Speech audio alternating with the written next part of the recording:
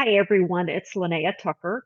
I wanted to put together a video on how a round robin works if you're playing pickleball. There's some people that this might be their first time and want to know what to expect. All right, I copied all of this kind of introduction stuff from a great website. It's Bend Pickleball. I don't know where they're out of.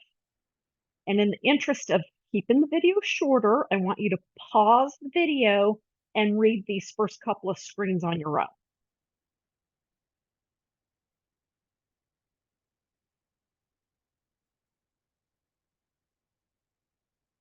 And pause the video and read this one.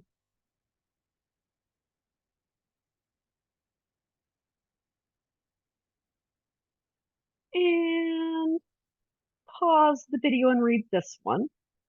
I hope you can read that bottom part. I think I added that in. And it looks like it's flowing off the page. Or I forgot to delete it. Oh, there we go. Yeah, I just forgot to delete it off that other screen. Pause and read this one.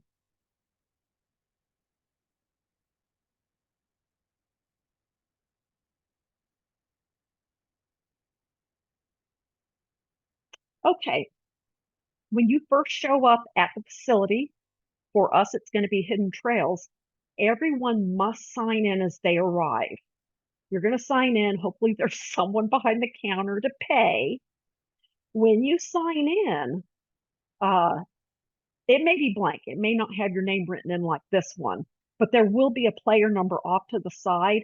When you sign in, you will then assign a player number.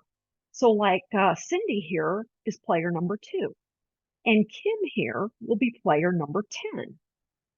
If there's no formal sign-in sheet, you can use a blank piece of paper and just number it 1 through 18.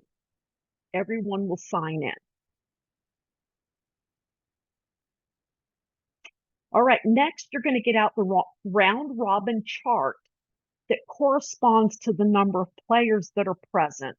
So at starting time, here on this example, we had 15 players that are signed in.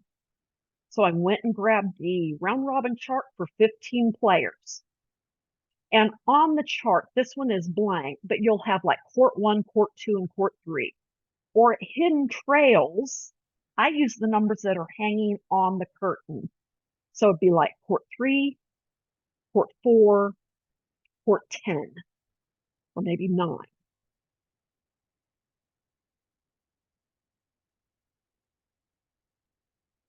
At Hidden Trails, I just said that. At Hidden Trails, I number the courts according to the numbers on the green curtains.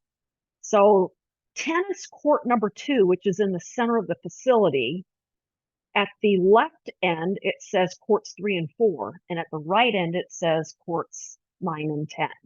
So you'll just pencil those in.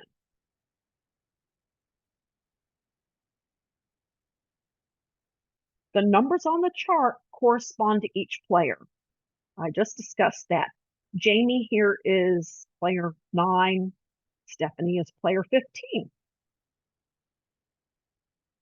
Every person is represented on the chart by their number. So game 1, here's game 1 in this column. Game 1 on court 3, we have number 3, which is Donda, partnering with number 10, which is Kim, versus number 8, which is Hazel, and number 15, which is Stephanie.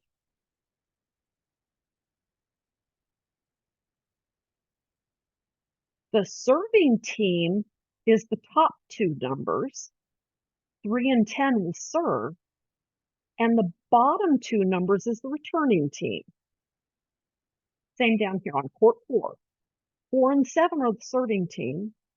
14 and 1 are the returning team.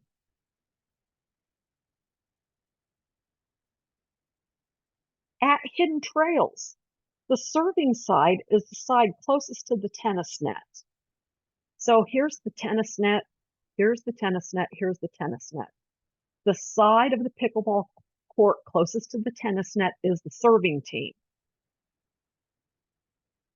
Now I want to say while I have this diagram up, at Hidden Trails, this is tennis court number 3, which is pretty much dedicated to pickleball most of the time. Tennis courts 1 and 2, one is pretty much dedicated to tennis all the time, and court 2 is split between tennis and pickleball. So if the pickleball nets are not out, you have to bring them out. At the end of play, you have to put them away.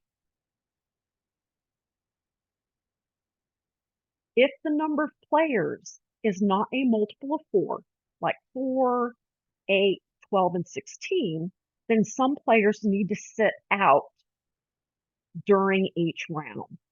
So here's game 1. We've got 3 courts going. Numbers 11, 12, and 13 have a bye. They will sit out. They will play their first game during round 2. During round 2, numbers 3, 4, and 6 will sit out. Now, if you see here down at game 7, 2 and 6 are going to play against 13, and they need a volunteer.